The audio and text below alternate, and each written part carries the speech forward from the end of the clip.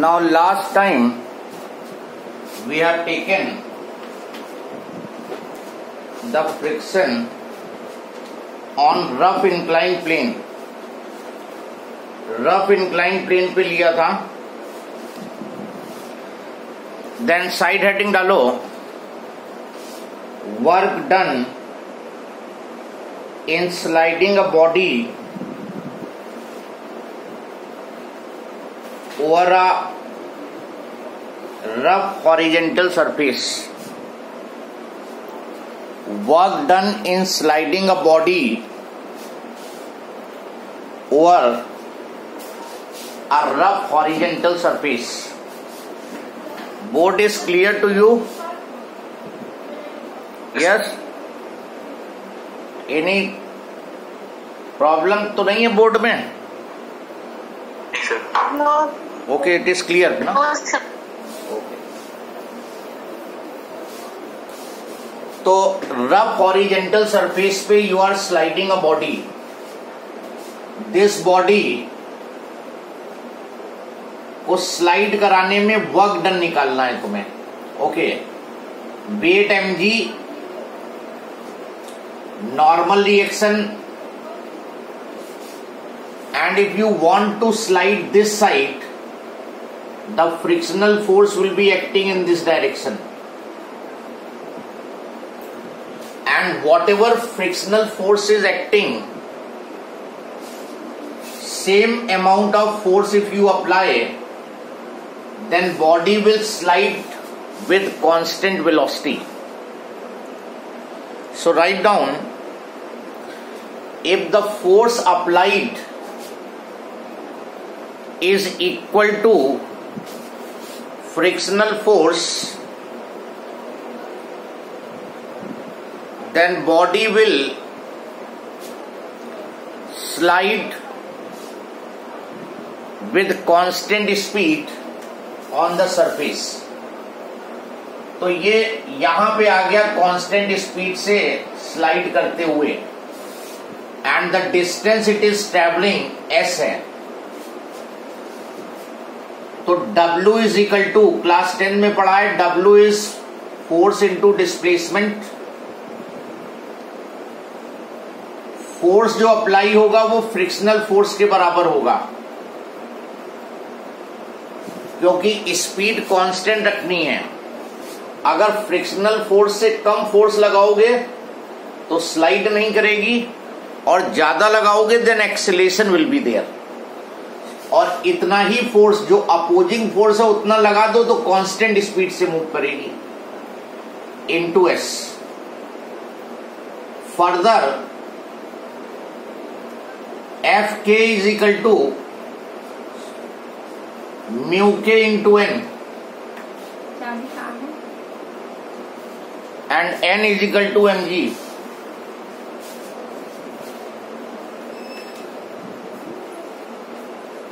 N जो है यहां एम जी को बैलेंस कर रहा है, M ji.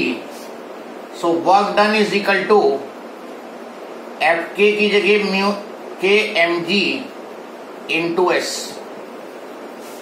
This way you will find the work done in sliding the body against friction.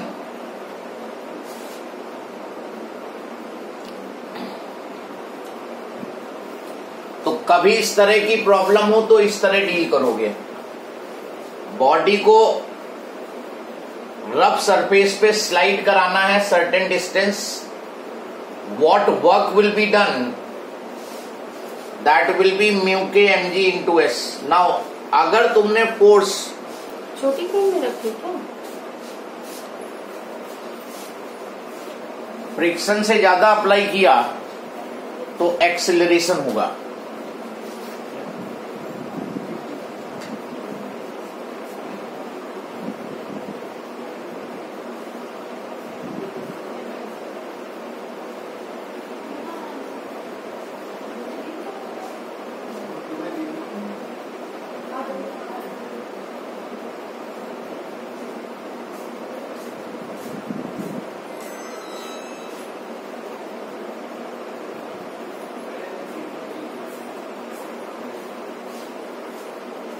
पानी तो ना।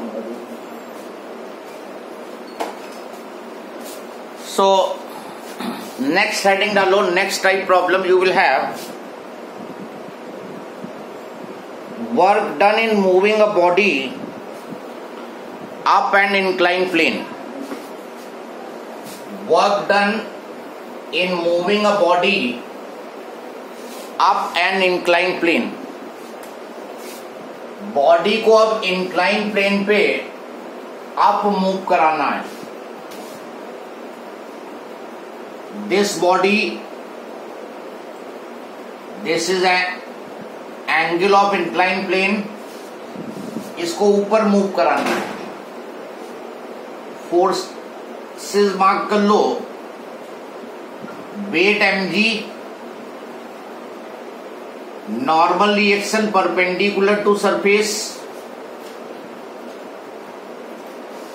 and you want to move the body up the inclined plane. तो फोर्स इधर को लगाओगे तो फ्रिक्शनल फोर्स इधर को लगेगा. This is the frictional force.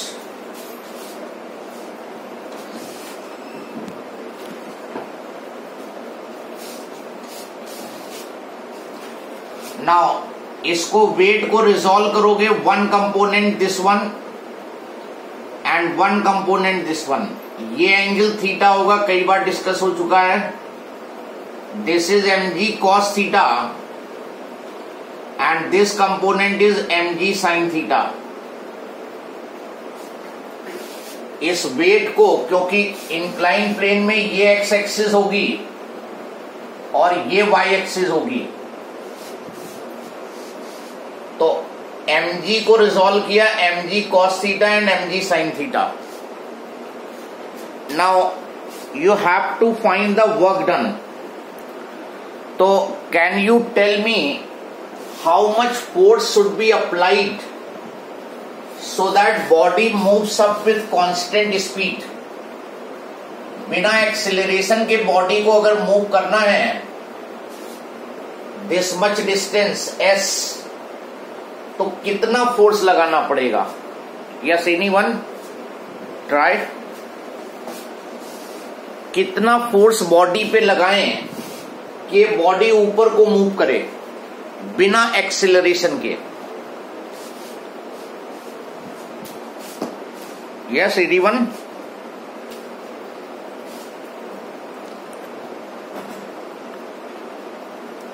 M I audible? Yes, sir. Sir,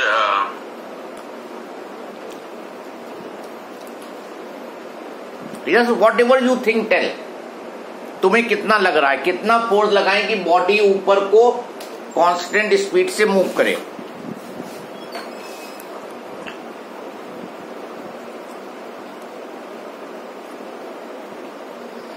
अच्छा, ऊपर जाने से रोकने के लिए कितना फोर्स लग रहा है, कितना फोर्स इसके मोशन को अपोज कर रहा है? ये दोनों मिलके अपोज कर रहे हैं इसके मोशन को. बॉडी ऊपर से जाने से रोकने में ये दोनों हेल्पफुल हैं. अगर इतना टोटल फोर्स इधर को लगा दोगे तो नेट फोर्स बॉडी पे क्या हो जाएगा? 0. और बॉडी फिर कांस्टेंट स्पीड से मूव करेगी. जैसे अभी पिछले केस में तुमने देखा था कि जितना फ्रिक्शनल फोर्स था उतना लगा दिया था, लेकिन इस बार अपोजिशन में एक फोर्स और आ गया है, mg sin थीटा भी आ गया है. तो इन दोनों का सम अगर ऊपर को लगा दोगे अप द इंक्लाइन प्लेन, तो जो इधर फोर्स लगा वही इधर लगा, तो ये कांस्टेंट स्पीड से बॉडी मूव करेगी. So write down, to move the block up the inclined plane,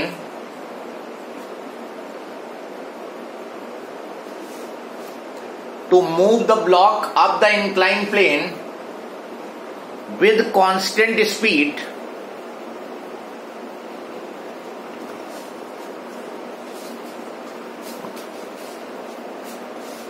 the force applied should be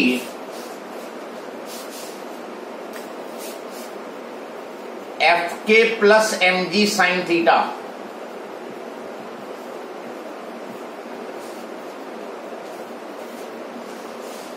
which is opposing the motion of the block. ये अपोजिशन में फोर्स है, इसलिए तुम्हें इतना फोर्स लगाना पड़ेगा। अगर मान लो स्मूथ सरफेस होता ये तो Fk नहीं होता, फिर केवल तुम्हें जो फोर्स लगाना पड़ता वो mg sin थीटा ही लगाना पड़ता। और यहां पे इसको ऊपर मूव कराने के लिए कम से कम इतना फोर्स लगाना है। तो work done is force into displacement. Force जो लगाना पड़ेगा वो Fk plus mg sin theta, और जो डिस्प्लेसमेंट हुआ है वो s हो गया, और डिस्प्लेसमेंट फोर्स की डायरेक्शन में है। नाउ हियर ये जो n है y एक्सिस में देखो, n जो है ये mg cos थीटा से बैलेंस हो रहा है, क्योंकि ब्लॉक का y एक्सिस में मोशन नहीं है।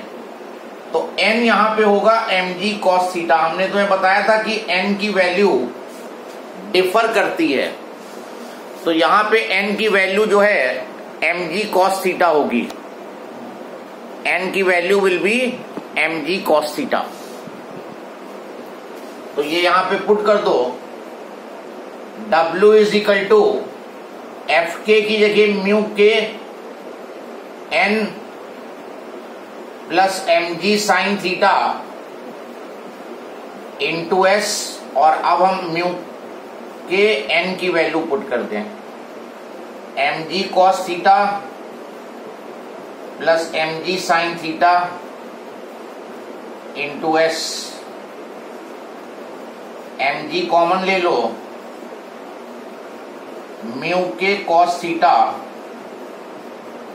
Plus sin theta into s। तो ये तुम्हारा वर्क डन हो गया।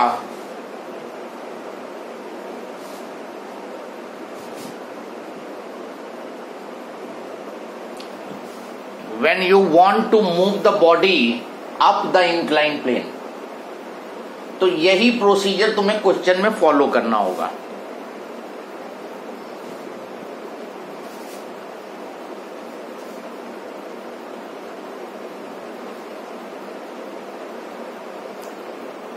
Then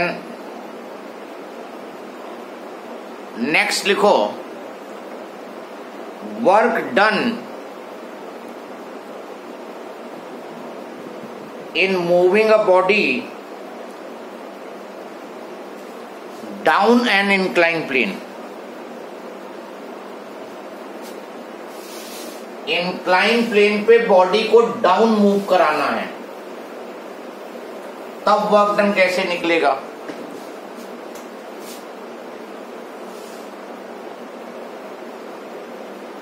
This is your inclined plane and this body you want to move down, और ये थीटा दिया है, और थीटा यहां पर लेस देन थीटा एस है, that is angle of repose से कम है एंगल, और एंगल ऑफ रिपोज से अगर एंगल ऑफ इंक्लिनेशन कम होगा तो बॉडी अपने आप स्लाइड नहीं करेगी। लास्ट टाइम हमने एंगल ऑफ रिपोज डिस्कस किया था। एंगल ऑफ रिपोज जो है angle of incline plane at which body just start sliding, और अगर इंक्लाइन प्लेन का एंगल ऑफ रिपोज से कम होगा तो बॉडी स्लाइड नहीं करेगी, और ज्यादा होगा तो अपने आप स्लाइड करेगी। तो कम है तो ये स्लाइड नहीं करेगी। खैर, तुरंत फोर्सेस मार्क कर लो। mg नॉर्मल रिएक्शन,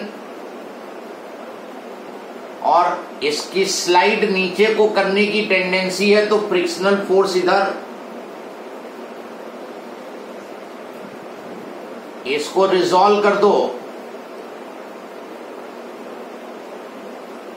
ये थीटा हो गया, ये mg cos थीटा, ये mg sin थीटा।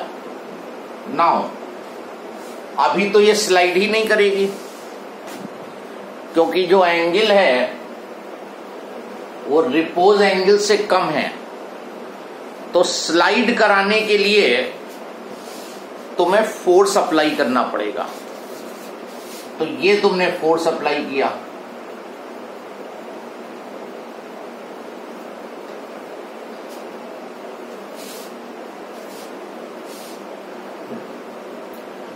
तो ये फोर्स की वैल्यू निकाल के वर्क डन निकल आएगा। इसमें लिखो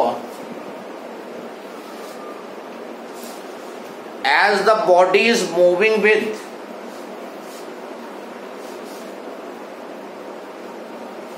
constant speed,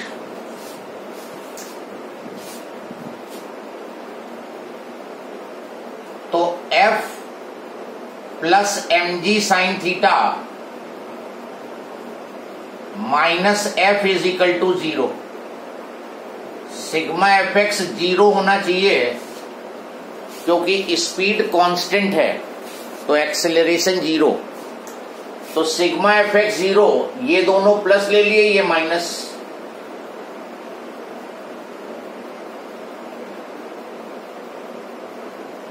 एफ की जगह म्यू इंटू एन रख दो,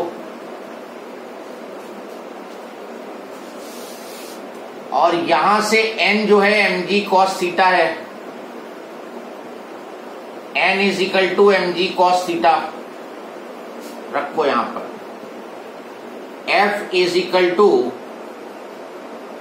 mu into mg cos theta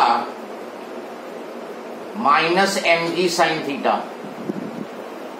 इसको राइट में लाए तो प्लस हो गया, ये माइनस हो गया, और n की जगह पर ये रख दिया। mg common, mu cos theta minus sine theta, और वर्क डन होता है F इंटू एस। अगर मान लो यहां तक लाए हो ब्लॉक को,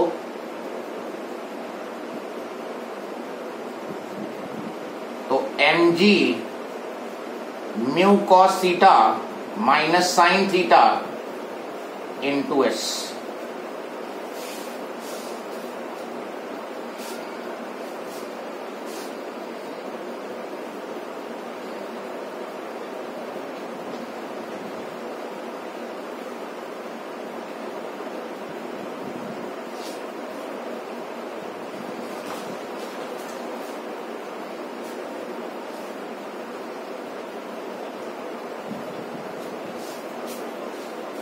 कोई कंफ्यूजन हो तो बताओ। Am I audible? Yes sir. Okay, then एक और टाइप लिखो, stopping distance of a car. अगर प्रॉब्लम में स्टॉपिंग डिस्टेंस ऑफ कार कह रहा है तो वो कैसे निकालोगे? Stopping distance of car, car की स्टॉपिंग डिस्टेंस निकालनी है।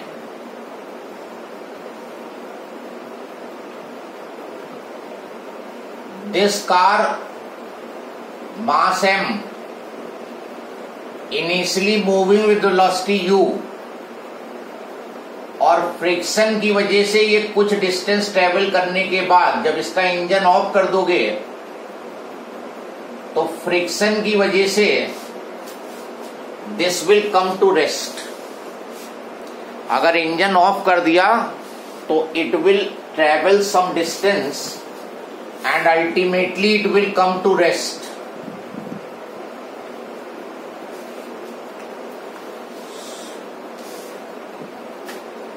अगर स्मूथ सरफेस होगा तो ये कीप ऑन मूविंग, फिर ये रेस्ट में नहीं आएगी। So write down, a car of mass m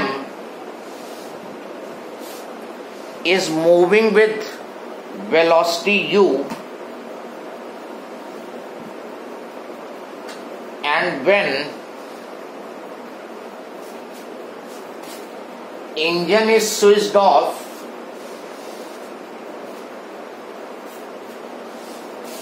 the car comes to rest after travelling distance s। Situation ये है, कार जो m मास की है u वेलोसिटी से जा रही थी, इंजन स्विच ऑफ कर दिया तो अल्टीमेटली कार कुछ डिस्टेंस ट्रेवल करने के बाद रेस्ट में आ जाती है। और क्यों आती है?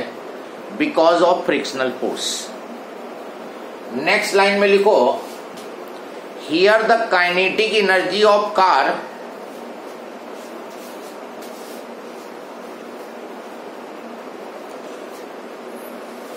is used in doing the work against the friction।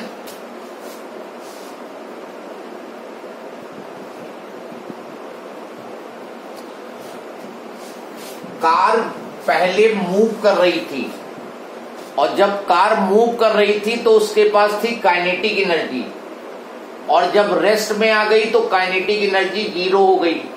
मतलब कार ने काइनेटिक एनर्जी लूज किया, और वो जो लॉस्ट एनर्जी है वो फ्रिक्शन के अगेंस्ट वर्क करने में यूज हुई है। तो loss in kinetic energy of car is equal to work done against frictional force. Frictional force के अगेंस्ट में वर्क करने में यूज हो जाती है। तो कार की काइनेटिक एनर्जी में लॉस हाफ mu² हुआ, क्योंकि फाइनल तो 0 ही है, और वर्क डन हो जाएगा फ्रिक्शनल फोर्स इनटू जो डिस्प्लेसमेंट हुआ है। और कार का वेट नीचे लग रहा है, नॉर्मल रिएक्शन ऊपर है,